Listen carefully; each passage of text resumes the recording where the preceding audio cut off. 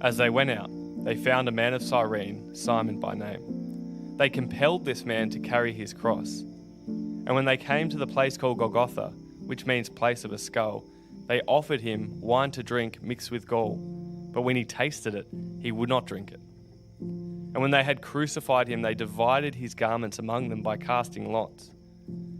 Then they sat down and kept watch over him there.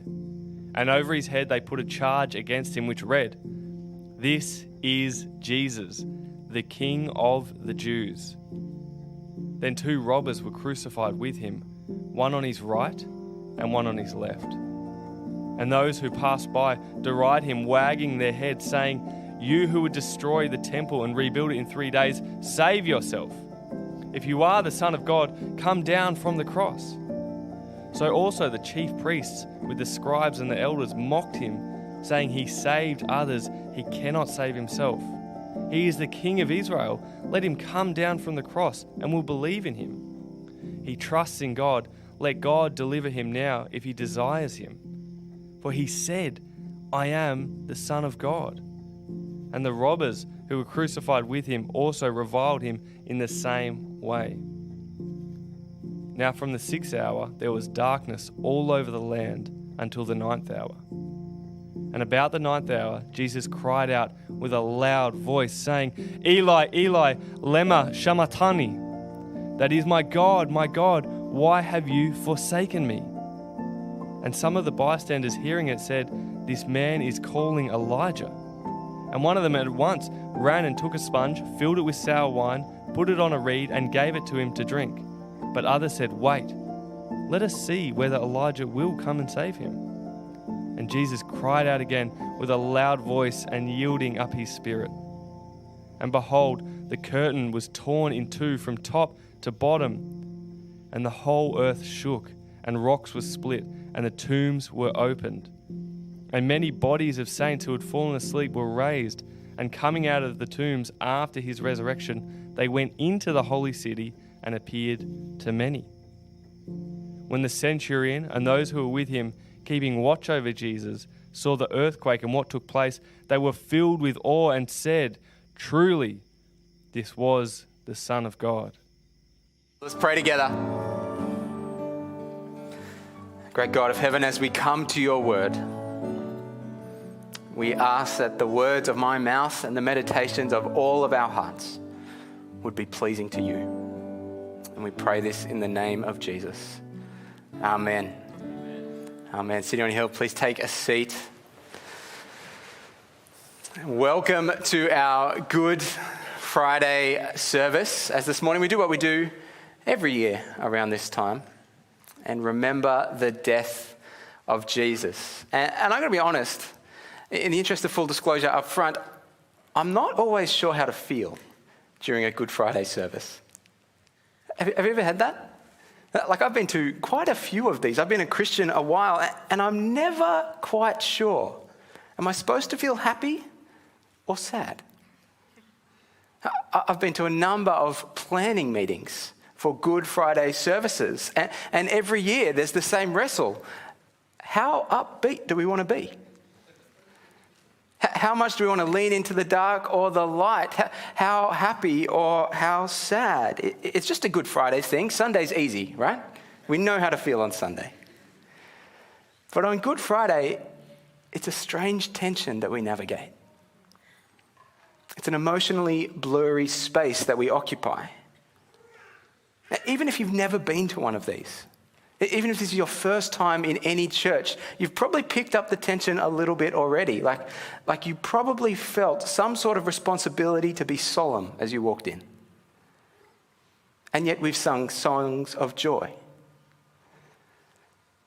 But we spend the day reflecting on a death, and yet we call it a Good Friday. I mean, take for example this cross. An instrument of death and torture, and yet it's really pink.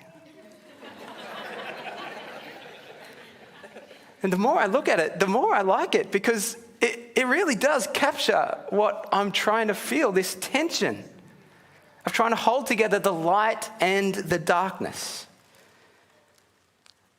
So this morning we're going to enter into the story of Jesus' death as Matthew tells us. If you have a Bible, Matthew 27 is where we'll be. But as we do, I want to enter into this emotional tension too. How should we feel when faced with the death of Christ? I'm going to enter into this story in 3 parts. The first part I've called a death undeserved. The pain of crucifixion was so extreme that there wasn't really a word big enough to capture it. So they came up with a new one. Excruciating. Literally means to torture, torment, or inflict very severe pain on, as if by crucifixion. And it kind of makes sense because the mechanics of crucifixion are awful. You get nailed to a cross by your hands and your feet, and then the cross gets stood up, and the weight of your body is so extreme that you can't help but slump down. And as you do, it's impossible to breathe. The only way to breathe is to hold yourself up by your arms. And as you do, you become exhausted very quickly. And so down you go again. And so all you need to do is nail someone to a cross and wait for them to suffocate, or for their heart to fail, or for their blood to run dry, whichever comes first. And so as we turn to Matthew's account of the death of Jesus, it's not hard to see the pain of this scene. The sharp thorns twisted into a crown and plunged into his skull. The blood of his wounds that mixed with the sweat of his brow to sting his eyes. The wounds on his back still raw from when they beat him. His hands and feet throbbing from the nails, and his lungs burning, aching for one more breath. It's not hard to feel the pain of this scene. And yet, as you look closely at what Matthew tells us, it's striking that the verses don't seem to spend much time on the physical pain. He mentions things that must have been painful, but he doesn't dwell on the details. Instead, it seems like he wants to direct our attention somewhere else. And so we don't know the size of the nails. We don't know the number of his wounds, but we do know exactly who mocked him and exactly what they said to do it. It was those who walked by the cross who shook their heads and threw Jesus' words back in his face as they said in verse 40, "You who would destroy the temple and rebuild it in 3 days, save yourself. If you are the Son of God, come down from the cross." It was the chief priests, the scribes, and the elders who teased him about his claim to be a king, saying he saved others, but he cannot save himself. He's the King of Israel. Let him come down now from the cross, and then we will believe in him. Even the criminals on either side had a go. In verse 44, as they begin to mock and revile him in the same way. And at every turn in this story, Matthew is at pains to point out the shame, the sheer humiliation of Jesus hanging on the cross. This is no small suffering. And so as we look at this shame, as we see this humiliation, as we look at the extent of this pain, all sorts of emotions feel appropriate, don't they? We might well feel sad. We might well be upset and confronted by the gruesome nature of this image. We might well be ashamed of the human capacity for evil. But as we consider the events that put him there, the stories leading up to this story, another feeling rises to the surface. Outrage. There's no doubt that crucifixion is a terrible way to die. It's a cruel and unusual punishment, but it begs the question, what has Jesus done to deserve this? And honestly, it's not abundantly clear. As you read through the Gospels, you can see Jesus has been tried more than once, and at each of his trials, the judge has said, well, not much. Been unwilling to call him guilty because they just cannot work out what Jesus has done wrong. The only thing that seems clear is that the crowd wants him killed. The charge against him is blasphemy and being a threat to Caesar, but that seems strange because Caesar doesn't look very threatened.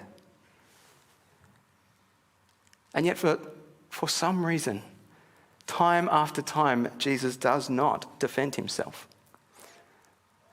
At every point along the way, he has an opportunity to speak up, to point out the inconsistencies in the claims against him, to present evidence that would exonerate him. We've seen him call down the power of God before, and he could do it again. In the face of these accusations, Jesus is not powerless. And yet he's quiet. Stunningly, blisteringly silent. No reply, no defense. And even Pilate, the governor, who's in charge of his sentencing, he just can't get his head around it. In verse 12, when he was accused by the chief priests and elders, he gave no answer. Then Pilate said to him, "Do you not hear how many things they testify against you?" But he gave him no answer, not even to a single charge, so that the governor was greatly amazed. And we're left wondering, how can it be that this man would be sentenced to death? How is that fair? How is that just? How can this be? And then the scene gets worse. See, each year around this time, it was custom for the governor to release a prisoner to the people. They got to choose someone who would be set free. And so Pilate is kind of crafty and he offers them a choice. In verse 15, now at the feast, the governor was accustomed to release for the crowd any one prisoner whom they wanted. And they had then a notorious prisoner called Barabbas. So when they had gathered, Pilate said to them, "Whom do you want me to release for you? Barabbas or Jesus, who is called the Christ?" Now Barabbas was a notorious criminal. We know from the other Gospels that he was the face of a rebel insurrection movement trying to do whatever he could to overthrow the government. Everybody knew he was a thief and a murderer, and he was guilty of treason. By every definition, this guy is a domestic terrorist. And the punishment for that is crucifixion. There is no doubt that Barabbas is guilty, and there is no doubt that he deserves everything he has coming to him. And so when Pilate offers the crowd a choice between these two people, Barabbas and Jesus, he's kind of trying to get Jesus out of it. Surely this is an obvious choice. By choosing his most killable criminal, surely the crowd will see sense. Surely they can see who really deserves the cross and who does not. But that's not what happens. In verse 21, the governor said again to them, "Which of the two do you want me to release for you?" And they said, "Barabbas." Pilate said to them, "Then what shall I do with Jesus who is called Christ?" And they all said, "Let him be crucified." He said, "Why? What evil has he done?" But they shouted all the more, "Let him be crucified." So when Pilate saw that he was gaining nothing, rather that a riot was beginning, he took water and he washed his hands before the crowd, saying, "I am innocent of this man's blood. See to it yourselves." Pilate knows what's on the other side of this. The depths of the pain that awaits the one to be crucified. He understands the injustice of sending Jesus to that fate, and yet he can't stop it. He won't stop it. And so instead he washes his hands of the whole thing. And he delivers Jesus up to be crucified. So as we look at this scene, as we gaze at Jesus on the cross, we see the injustice, the prejudice, the discrimination. We see that this is outrageous. And as we feel the pain and the shame and the outrage, it might seem like the only things here to feel are dark. All there is to see here is darkness, and there's no light to be found. And that's true. Unless we're able to look at this story through the eyes of another. So for a moment, I want to imagine what it's like to watch this unfold through the eyes of Barabbas. Which brings me to part 2, a life undeserved. When Barabbas woke up on Friday morning, he was sure it was going to be his last. There's no chances left to him, no appeals process, no loopholes, no hope. Here is a man who's been caught, convicted, and sentenced, and this is the end of the road. This is the day he dies. And so imagine sitting in that cell knowing today would be your last. You imagine the shame that awaits you. You imagine the face on the soldiers as they finally get to beat you.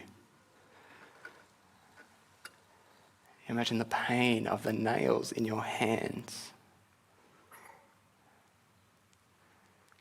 And then you hear the prison guard begin to walk down the corridor.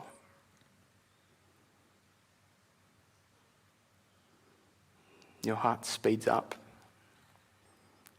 The lump in your throat grows. And you just wait for him to grab you by the arm and lead you to your death. But he doesn't. Instead, he leans down and unlocks your chains and says to you words you never thought you would hear again. Barabbas, you're free.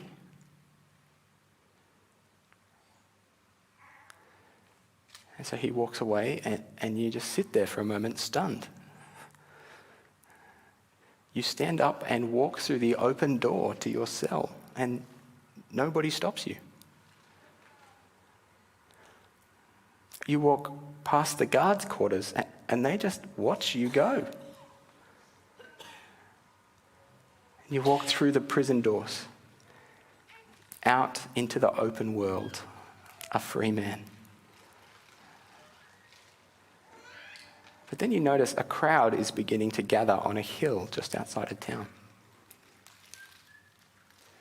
So you go to see what it's all about, and you see this man beaten and bruised, too weak to carry his own cross, so someone else has to carry it for him. And they lead him to this hill. They nail him to the cross.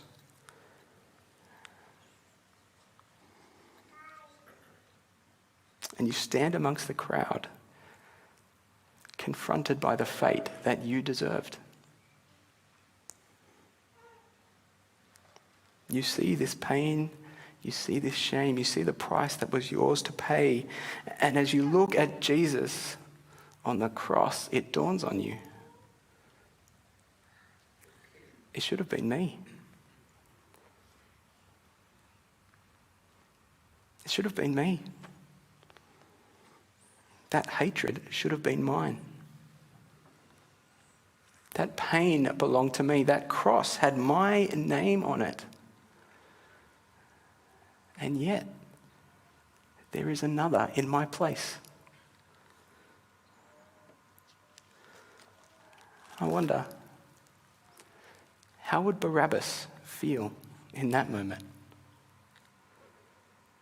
This man's taken the punishment that should have been his, dying the death that he deserved. Now he gets to walk away. I've got to imagine that leaves you feeling a little bit confused, doesn't it? Unsure how you're supposed to feel. Relieved yet guilty. Ashamed yet joyful. It's a strange tension to navigate, an emotionally blurry space that he occupies. It's light and darkness blended together. And maybe that explains why Good Friday feels so confusing to us too. Because the more we reflect on the experience of Barabbas, the more it becomes clear his story is our story. In so many ways, we are like Barabbas. I don't know whether you've been accused of trying to overthrow any governments lately, but the Bible is pretty clear. We are all guilty of treason against the ruler who made us. God, the rightful king of all creation, the loving maker and sustainer of it, the one who gave us everything, including life itself. And yet we rebel against him. We rise up against him. We reject his authority. We replace him on the throne. And we just make a mess of the life he's given us. This is a crime punishable by death. And not just any death, an excruciating death. As God distances himself from us. We turn away from the one who gave us life, and he lets us go. We're no longer welcome in his presence, no longer able to get near him. We walk away from him, and so he turns his face away from us. Like Barabbas, treason is our crime. Like Barabbas, death is our penalty. But like Barabbas, someone stands in our place. Someone faces the death that was ours. Someone who faced the desertion that we deserved. As Jesus cries out on the cross, my God, why have you forsaken me? Our nails never come because someone else took them for us. The condemnation and judgment never arrives because another took them in our place. The theological term for that is penal substitution, a penalty that has been paid by a substitute. And I once experienced a fairly mild form of penal substitution when I borrowed a friend's car. I was maybe 20 at the time, no money, heaps of spare time. I was a uni student, and my friend Pete asked if I could drive him and his family to the airport. Now, I had the kind of car you'd expect a uni student to have, and so his family, his 4 kids, his wife and him weren't all going to fit. We had to take his van. He's come up with this great plan. We'll go to his house. We'll all jump in the van, head to the airport. I'll bring the van back to his place, drive home. Foolproof. Or so I thought. Because in my 20-year-old wisdom, after dropping them off at the airport, I decided to go and see some friends in the city in the van. Little did I know that in my short trip to the city, I'd managed to park illegally. And a very diligent parking inspector wanted me to know that, and so kindly gifted me with a parking ticket on the windscreen. Here's the thing though, the van was so big and I was trying so hard not to crash it that I never saw the parking ticket. So now I'm the guy who doesn't just incur the penalty, I leave it on the windscreen for someone else to deal with. Sometime later, I discovered what had happened, and I was just totally horrified. So I ran up to Pete and said, Pete, I'm so sorry. I think I got a parking ticket with your car. Send it my way. I'd love to pay it. And Pete smiles and reaches into his wallet and pulls out this small piece of paper. On the piece of paper was my offence, the price that I owed. And then in Pete's handwriting, in big red letters across the middle, 3 words. Paid in full. I said, Pete, don't be silly. let me pay for this. It's totally my fault. Let me give you some money. He said, Dave, I don't want your money. I said, why not? And I'm not kidding. He said, because one day you're going to have to explain penal substitution to people. And I think this would be a good illustration. And so I tell you that partly so that now me and Pete are even, right? I'll use the illustration, we're square. But mostly because he's right. That's exactly how it works. It's absolutely my fault, and he absolutely paid it all. I owed a price, a penalty, a punishment, and someone else paid it for me. And I'm going to tell you, in that moment, even though it was a very small example, even then, I didn't quite know how to feel. Relieved yet guilty. Ashamed yet joyful somehow. And this is just a tiny glimpse of what Barabbas experiences. And we've got to get our heads around this because when it comes to Barabbas, his story is our story. His sin is our sin, and his substitute is also our substitute. If we believe in Jesus, our penalty has been paid. It's not ours to bear anymore, and the nails will never come. God will not turn his back on us. How do we know? Well, that brings us to part 3. Temples, tombs, and tables. Here's the moment of Jesus' death according to Matthew. In verse 50, Jesus cried out again with a loud voice and yielded up his spirit. It's kind of matter of fact, right? Very short verse to describe a very big event. But there's not much detail, there's not much emotion until we carry on and things get wild. Look at verse 51. Behold, the curtain of the temple was torn in two, from top to bottom, and the earth shook and the rocks were split. All right, let's start to get this clear. Jesus dies and there's an earthquake. Rocks start splitting open, it's a whole thing, and then the curtain of the temple tears in two. The religious center of God's people, the temple, had this giant curtain which was there to separate us from God. See, in the temple, you don't have free access to God. Only one person once a year is allowed in after all these rituals and sacrifices. We need to be separate because of our sin. Until Jesus died. And the curtain was torn in two. And now you can walk right in. And then it gets wilder. Did you notice this as was read? Meanwhile, back at the cemetery in verse 52, the tombs were also opened. And many bodies of the saints who'd fallen asleep were raised, and coming out of the tombs after his resurrection, they went into the holy city and appeared to many. The dead people were raised to life again. I've been to church a lot of times, and even I think this is wacky. It says they've fallen asleep, which is code for died because they're in tombs after all. But I like falling asleep as a term because it implies they're going to get up again. And when Jesus dies, the dead people just get up. Now, if you've got questions, that's okay. So do I. This is weird. But we'll get to the resurrection. Okay, hang in there like 48 hours. God will answer all your questions. But for now, just think about what this scene tells us. Why Matthew puts it right here after the death of Christ. The temple and the tombs tell us that death and distance from God are finished. Jesus dies, the curtain rips, the dead are raised because death and distance from God is not our reality anymore.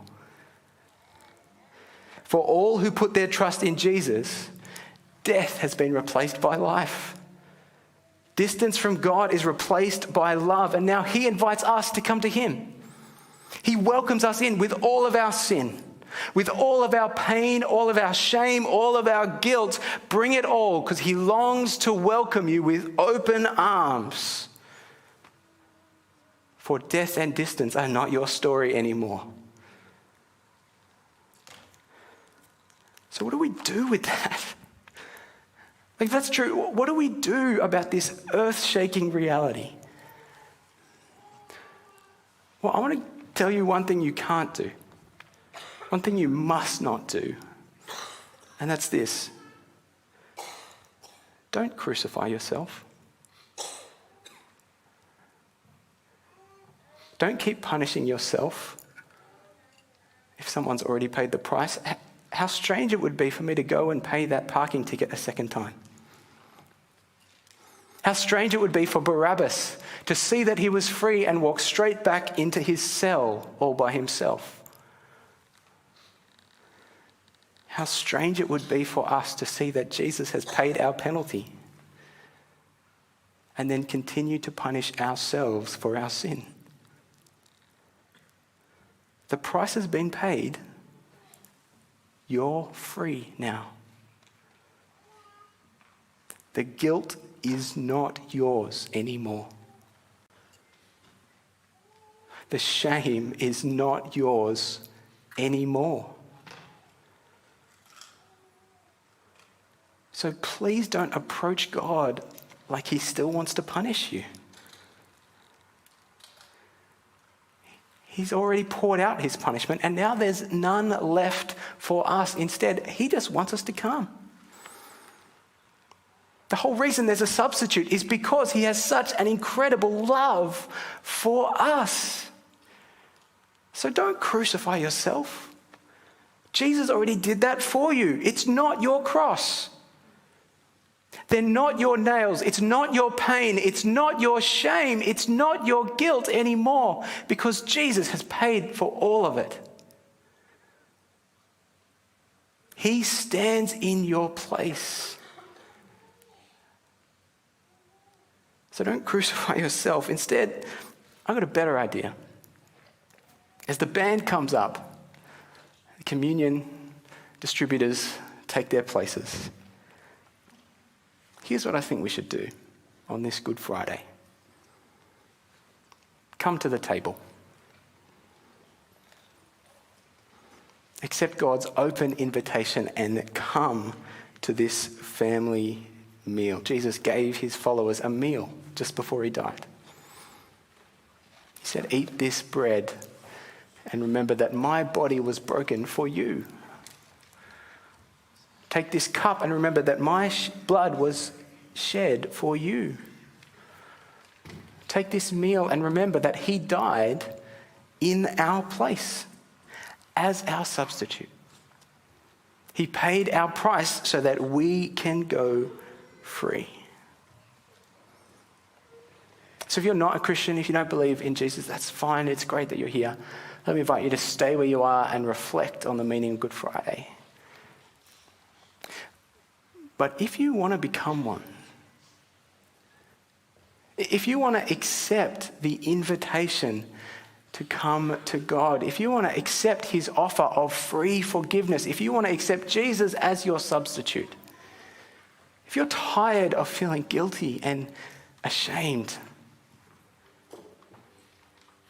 if you're tired of feeling the weight of the world on your shoulders because you can't deal with your failures or you can't deal with the pressures of being successful all the time, if you're tired, come to Jesus.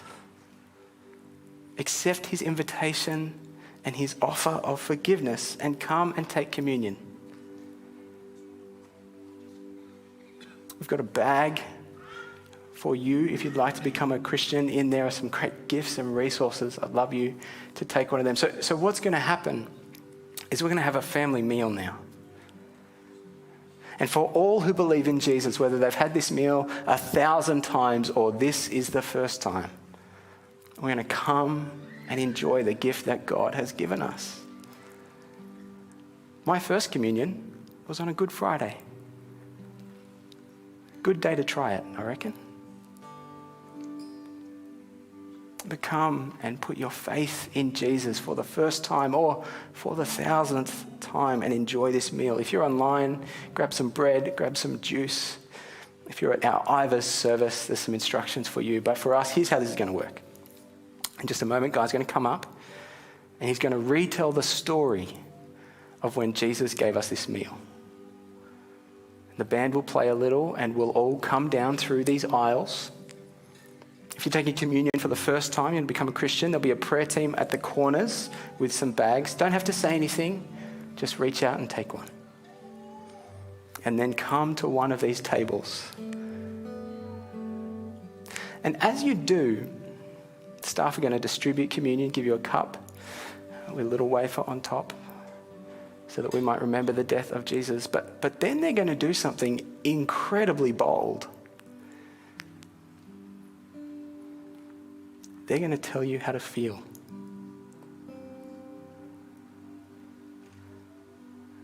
With these words, take and drink this in remembrance that Christ's blood was shed for you.